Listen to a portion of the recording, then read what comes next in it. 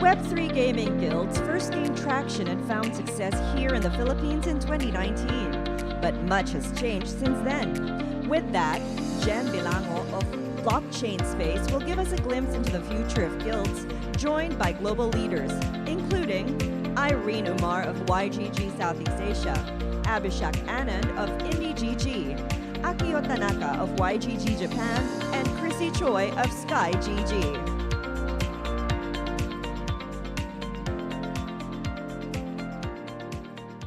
Yeah, of course. GM, everyone, thank you for our esteemed guests. It's like a sub-DAO session of YGG, so these are all friendlies. As mentioned, guilds have been around for quite some time, even before Web3. But because of Web3, we saw the proliferation of these guilds, Web3 guilds, in more prominent ways than it was before. So we have here Irene, Christy, Abhishek, and Akio. And I'll let you quickly introduce yourself. And yeah, let's start with you, Irene. We had a pack. Okay.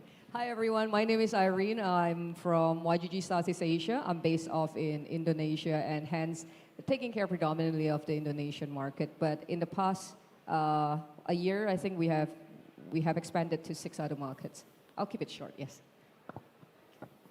Hello. My name is Christy. I'm from SkyGG, the YG stepped out for Korea, focusing on esports, obviously from Korea. Before this, I guess, SkyGG, I've been an advisor at YGG, started a game company called AO, and before that, I ran investments at Finance. Hey everyone, hi, this is Abhishek.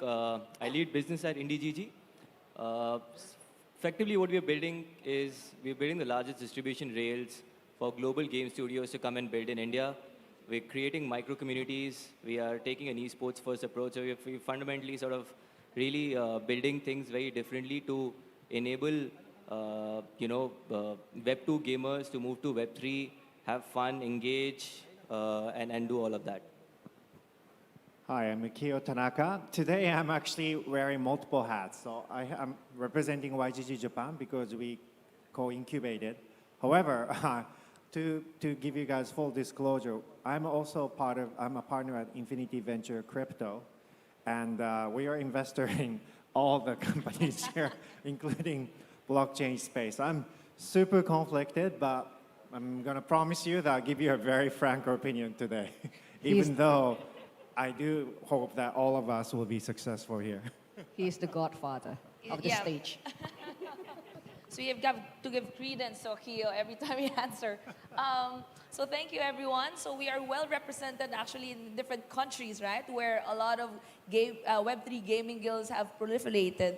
I think one of the key things that people are asking about guilds now is how are they differentiating themselves? Because given the current landscape, and we have here, to some extent, our affiliates, sub-DAOs of YGG. So you guys gave already like a 1 to 2 minute spiel of your particular guild. So maybe for the audience here, can you share us the differentiation for each of your particular sub-DAO? So let's start with Akio now. Okay, so YGG, we are also investing in YGG and all of their sub-DAOs, and we think, actually, to start with our commonality, I think we are all building communities, but perhaps with a different twist. And we have people like Abhishek, where I can never beat him in the number of gamers because he's got too many. But so today I'm wearing YGG Japan hat. So what we bring is actually something very different. Unlike where YGG started here in the Philippines, Japan is not part of the developing country ecosystem. It's more mature, older gaming ecosystem, but we do have large number of casual gamers who spend money. So Japan has something like 50 million casual gamers, and in terms of gaming market, it's among the top 3 in the world, along with the US and China. But there's something that Japan is well known for. We are the #1 country in terms of ARPU. So we have a large number of users who's willing to spend money. And to just put that in a perspective, Japan's gaming spending is something like 7x of all of Southeast Asia together. So we're not trying to actually force play to earn model there because it probably won't work directly, but we are actually trying to figure out how to bring this power of all that game spending and entertainment culture that we have in Japan, which is actually somewhat close to Korea, but Korea also has a very strong culture from Japan, like esports. And so we are not focused on esports, but we are actually trying to bring hyper-casual gamers in Japan into the blockchain space. So that's our focus. Thanks, Akio. Abhishek? Yeah. So I think and I was just sitting outside and I was speaking to Christy and others, and everyone sort of asked me how can we sort of ever look at, how can we ever beat India numbers, because the numbers are so large that it's non-comparable with all the other markets. And on top of that, I think effectively what we are seeing is a digital renaissance happening in the country. We have the largest number of smartphone users. We have the cheapest data available in the world. Okay, so what's the number again? You gave us something big. Yeah, there are about 750 million smartphone users. Wow. About 600 million internet users, about 500 million gamers, about 400 million of them are consuming data on mobile, and about 100 million of them are consuming gaming on... Okay, Abhishek, you win. Yeah. but that is Biggest the scale that we're speaking of, right? And we're seeing that, and we've seen this over the last 3-4 years, that gaming is becoming the primary form of entertainment for people in smaller cities because they don't have outlets to entertain themselves. As a result of which, all they have is their room and a smartphone and internet, and they're consuming gaming on the phone. They are becoming part of communities. There's a sense of belongingness that's happening. And on top of that, India is a very status-driven society, as a result of which that becomes a core fabric of it. So, being able to really level up in the society through gaming is becoming a really key driver, which is effectively, I think, where IndiGG stands for. We're building a network state with 500 million gamers, where we are sort of bringing their gaming identities on-chain. We are creating reputation layers around it, and then we are sort of reaching out to different global game developers and giving them access to on-chain, curated, relevant, engaged users for them to onboard into the system, right? And that is effectively what we are building. We're building a beautiful core pillar with gamers. We are building micro communities around it. And I'll probably talk more about how we are doing that. We're building a really exhaustive tech stack around matchmaking between game and gamers, around empowering our nodes, our community, and we are sort of creating a clear pathway for global game developers to sort of come and sort of leverage the distribution rails that we are building. And yeah, I think we've come a long way. We have about 1 million active gamers. We are taking a slightly different approach than the typical guilds, and we're taking a more straightforward approach. And probably Jen will ask more questions, and I can throw some more light there. Thanks, Abhishek. So I think for India, it's more about a bigger TAM, right? And it's... India is about concurrency, right? India is about DAO. India is about MAO. And every game needs concurrency. Every game needs matchmaking. But increasingly, we're also seeing India really contributing to ARPU as well. And when there is a clear sight of earning opportunity, and when there is a clear sight of things that can put food on the table, the revenue monetization is clearly going up. Thanks, Abhishek. How about Christy for SkyGG? Yeah, shame that I'm sitting beside IndiGG, but since we cannot compete with the quantity, we wanted to compete with quality. And when we say about quality, I was thinking, okay, what makes the most powerful game guild? And obviously, if we cannot compete with the number of users, we thought, okay, how do we bring in the most avid users who are actually best in playing game and who actually spends the most time in gaming? And I think that's obviously what we call in Web2, the esports players.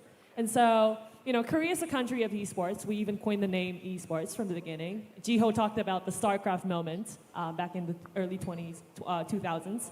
that brought in gaming and what brought Korea very, very strong in gaming. So we're the country of gamers. We all grow up playing a bunch of different games. There are a lot of game giants. And we happen to have these players who've been playing Elite, not just in Korea, but these players are playing professionally and have 500K followers, million fan base across the globe.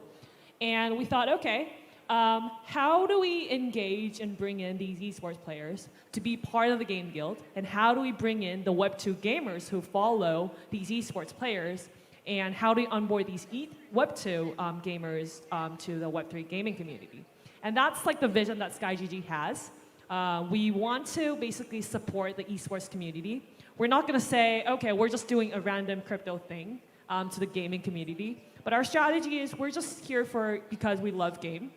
We love gaming. We're going to support the Web3 community, support the gaming Web2 community through the help of these SkyGG ambassadors who are professional esports players. The jersey that I'm wearing, in fact, is the esports jersey for our team that we are competing in Overwatch 2 and Rainbow Six. So we've been also starting to support and onboard players to actually lead the game guild, the professional esports players to actually lead the guild. And not just that, but we're also starting to host different esports tournaments for Web3 games. And because we want to actually embed the energy working with different games to actually build a game that is esports applicable, we're also working with individual game publishers so that we are getting the help of the esports players to build the esports component embedded in the game from day one. So yeah, that's what SkyGG is focusing on. I can talk more about the exact initiative, but I'll stop here for now. Yeah, and it's worth noting that Korea actually has a lot of esports. Yeah, esports has been the really focus of Korea. So even though, in terms, as you mentioned, quantity-wise, it's not as big of a market, but I think it's more focused, and you have more people watching, so it's more of a different business model for SkyGG. Yeah, I mean, I think it's not going to be the quantity per se, the absolute number, but I think by onboarding these people, because we do have a very strong penetration rate for gamers. Yeah. And also, I mean, every single blockchain company wants to build a Korea team to basically penetrate the retail market in Korea because we have such a high penetration rate in terms of crypto community. And so obviously onboarding that and combining the two will be the strategy for SkyGT. Thanks, Christy. Last but definitely not the least, Irene, YGG SEA. Man, I sit here and they're all very impressive, right? So Southeast Asia is very simple. We call ourselves the friendly face for everyone who want to enter into the metaverse. For the past almost 10 years, I've been trying to demystify to everyone out there that gaming is not bad for the community. And when we start with Play to Earn and the gaming guilds, I see that the opportunity is even bigger here. And that is why for YGGC, we will continue to become that friendly faces for anyone who would like to be in the metaverse, not only the gaming communities, but also the academicians. That's why back in December, we signed the first deal ever with universities, directly with the rector, not with the student body, after months of being grilled by them of why gaming needs to be in the university in Indonesia, because we feel that there needs to be a merging. Games are basically, in my view, gamification of the metaverse. And who doesn't love game? Gaming is the birthright of every single human being, but the society has made it in such a way that we cannot play games because otherwise we're going to fail, right? So YGGC's focus is to demystify that. The moment that's demystified, we are at the beginning of Web 2, the internet age, where at that time, when we wanted to create our first email account, at that time I think it was Yahoo, yeah? It was freaking difficult. Right? We are at that stage where creating a wallet was difficult, and that's why YGGC would like to bring that. And we've seen results where we have seen people who were non-bankable, who did not have a bank account, and their first account was thrown in wallets. And to me, that's a great accomplishment. Second of all, as well, is that we see that whenever you're in the metaverse, people do not ask you, what do you do? Where do you come from? This is the true definition of oneness, where we could open up opportunities to everyone. I bring you back to the time of the beginning of esports, right? In the beginning of esports, everybody was looking for pro players, and that was about it. come forward the next few years, there was a talent crunch. We see the same thing in the metaverse. There will be a talent crunch. Games is the way for people to come into the metaverse and see, oh, it's a whole wide world. There are a lot of opportunities that they can do, but they need the first step to come in. And that's what YGGC is doing. And that's why whenever we go to games, we always focus on how can we help you to reach out to the grassroots communities? Because today we're in the bear market, but in terms of scholarship number, YGGC continues to grow because almost more than 90% of our community members are crypto virgins. Their first interactions with the metaverse is through YGGC. Who here remembers your first bank account, your first email address, your first chat room, your first phone numbers? We all remember that, and YGGC would like to be that first in the market because we want to be that friendly faces because I've faced it before. I don't know about you guys, but I'm not very smart. The first time I created my Ronin wallets, I felt like I was the stupidest person in the room. And I thought that I was not that stupid, right? So I do not want that to happen to anyone, especially in Southeast Asia. We all say that Southeast Asia is emerging markets. We all say that this is the future. But who is giving that opportunities? And that's where YGGC would like to stand. And that's why we focus on education. We focus on opening up opportunities, accessibility, so that when the talent crunch is there, we have the talents. Thanks, Irene. So I think just to summarize, in terms of differentiation for each sub-DAO, if I'm getting it correctly, so for YGG Japan, it's high ARPU, so high casual, fast casual, hyper casual players, Web 2 onboarding into Web 3. For India, by the definition of its bigger and larger total addressable market, you have a lot of wiggle room, and also in terms of the discrepancy of earnings, right, from the people outside the urban areas. For SkyGG, it's more on esports focused, and YGG SCA, I think I had two acronyms. One acronym, sorry. FF, Friendlies and FinTech, because you're talking about wallets, right? The first interaction of a lot of these players or having their own bank account is through a Ronin wallet. And I think that's also reminiscent here in the Philippines, right? So Ronin wallets were, well, MetaMask actually in particular, it only took them 1 year to have 3.5 million downloads. And other fintech players took them some time to do that. So there's a lot of opportunity, and I think guilds are leading the way.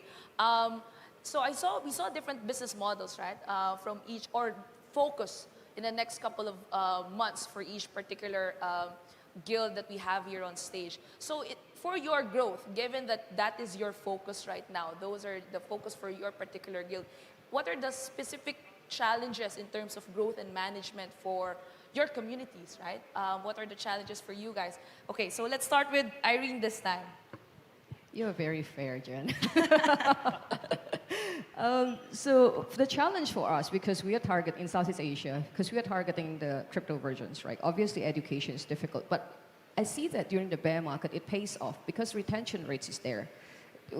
They all come here, they stay because we are the first ones, and we have the community to grow. And in terms of communities, growing the network all across different languages and dialects and locations, that Indonesia itself has thousands of islands, and most of them I've never been, right? Even though I'm Indonesian. And so connectiveness to every single fabric of communities are a bit challenging, especially on localizations. That's why we will go to gaming companies and ask, can we do something about game guides? So if you go to yggc.io, that is not officially launched, but you guys can go there now, you'll be able to see there are games that we internally have created a game guides or tutorials for scholars or for any gamers or our community members to come and look at. Why do we do that? So that it's easier for everyone to learn about it, right? And it's done in a very friendly manner. And at the same time also, we have not only online, we believe in O2O to M, which is online, offline, online, and to the metaverse. If we exist in the metaverse, we have two exclusive, right? I mean, how many people are there in the metaverse? When we go to online, a lot of people will be confused, like, what is this thing? So we need the offline touch points. So since November last year, we have started to build the offline networks through our community leaders throughout the countries. And if you see this year, we have started to have offline events as well throughout Southeast Asia to have that grassroots effect. And in every single countries, we do it in local language with a local culture. In events that we have, and some of the game developers have participated as well, we actually, thank you for your supports, because we actually hire our own community leaders to represent each games in the booth to teach other people or to share about what is Web3 gaming. But that is very challenging because we have to attack on 3 fronts. That's true. And in Southeast Asia is a very diverse market, right? So Man, tell me about it. I was talking, okay, one of the target that we want to go to is refugees, yeah?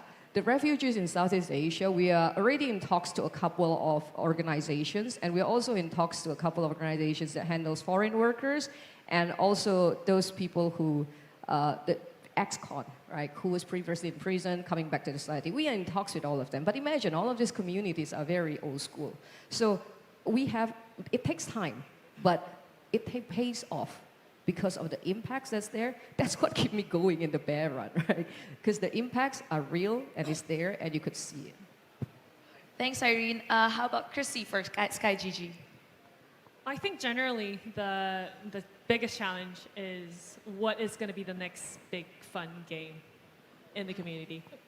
And the reason why we are passionate about esports is not just because Korea is the country of esports, is because we've seen how Web2 esports was a broken model whereby only the IP holders, aka the game publishers, are the only one who are basically dictating the entire ecosystem, even how the tournaments are run, even how the revenues are generated for only themselves, and basically just ripping off the community. And so it's basically making all the users to become a very, not an active user, but to become a very passive consumer, right? So for us, at the same time, we see how we want to build a game where it's not just, it give me a very casual game. We're very bullish about it, but at the same time, there has to be a game that, that matches the level of the Korean gamers, because, people play very different type of game that are very engaging. But at the same time, I guess, we constantly get the question of, okay, what are the contents that you want us to consume as a community? And so for us, we're not just onboarding these esports players to be part of the game guild, but because we have a lot of contents in Korea, there are a lot of gaming publishers, a lot of game giants. Every single of them are actually building a blockchain game. And our concern is, okay, the way how they even produce a game has to change, because you need to think about the community from the community's perspective, not for yourself as a game publisher. And so we want to be in the making of the game. We want to bring in the esports players, because based on my interaction with the esports players, the one takeaway was that, okay, these guys are the guys who actually read the game mechanism, the meta of the game, like the fastest and in the more sharpest way. And so they simply know what makes a good game and what makes a fun game. And so that's why we want to bring this people in the making of the game and help out the game publishers to build actually a game that is also esports applicable, and that will also create different contents that the community can also consume around the world, and not just consume, but the community to be actually the part of creating the content themselves. So that's like the way how we are trying to tackle the problem that we see. How do we source and produce games that the community, the Korean community, will be excited about, and that is, bringing also the community in the making of the game at the same time. So that's a challenge that we see, and that's how SkyG is trying to tackle the problem together. Abhishek for IndieGG. Yeah, I think over the last 2 years or so, I think we've seen Web3 gaming take off, and like any other industry, which is a newly spawned industry, every single thing about in the consumer journey is challenging, starting from onboarding to discovery to acquisition, right? And those are the challenging parts, but that is the beauty of Web3, right? When there are challenges, you problems sort of is the mother of innovation, right? And that is what we've done. We are really broken down our entire sort of journey into key areas we are, like Irene mentioned, we are doing a lot of grassroots acquisition we are going to colleges, we are hiring micro influencers in the colleges who are onboarding, educating people in that college. We are going to gaming cafes. We're getting all these micro influencers, and we are sort of creating a distribution rail through these micro influencers, and each of these micro influencers are responsible for educating, entertaining, and creating earning opportunities for their communities. Now that becomes a great acquisition sort of model. In terms of onboarding, Web2 gamers, and people keep complaining, Web2 gamers don't care about seed phrases and wallets and all of that, right? And increasingly we're seeing Web3 tech stack is built around browser experience, not built around a mobile experience, right? And that is what the IndiGG wallet sort of entails. We're creating a seamless mobile number OTP validation based login method. So a user simply goes to the Play Store, downloads it, puts the mobile number, gets an OTP, validates it, and bang, wallet address gets created on the back end, and it's a completely non-custodial wallet. So user does not have to go through the whole process of MetaMask and blah, blah, blah, all of that, right? And this wallet can seamlessly integrate into global games for them to, get access to millions of gamers. And that is how we are solving onboarding, right? And the third bit is, how do you really facilitate value exchange between the games and the gamer? Because fundamentally, gamers do not know what Web3 games are doing well, what Web3 games are non-inflationary, which games are sustainable. So how can we really create seamless matchmaking of games and gamers, and partake in that, really facilitate that value exchange for gamers to sort of pass on value to games for building the network effect of the game. And the matchmaking system that we are creating and the tech stack that we are building will really facilitate that. So I think these are some challenges, but I think our team has sort of really worked together to build the models around this, solve the problems, and over the next 2-3 months, I think you will see a lot of these challenges being solved one step at a time. Thanks, Abhishek. How about for YGG Japan, Akio? Yes. So we are actually trying to solve two problems. One is more facing the consumers. The other is actually facing the gaming industry. Now, in addressing this, first of all, I have to make a big confession. So our friends here in the Philippines, I have to tell you, you guys are actually far more advanced than Japan. Japan is behind. You guys are actually more crypto native than our consumer gamers in Japan. So one of the things we need to do is actually similar theme to what Irene's doing in Southeast Asia. We have to do user education and better onboarding for users like India. So on the consumer side, we're doing two things. We are creating actually new blockchain game focused media and actually local language wallet. Believe it or not, here you guys can figure out how to use MetaMask in English, but that's not the case in Japan. So we're actually creating a much easier onboarding experience by having a local language multi-chain wallet and gaming media all combined into one. And this is being released next Q1 next year.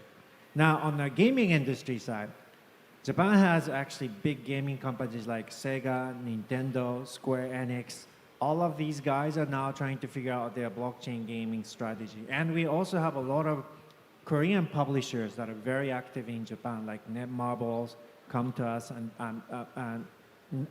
Nexon, and so on. And we know many of them are also planning to release blockchain gaming titles in the coming years.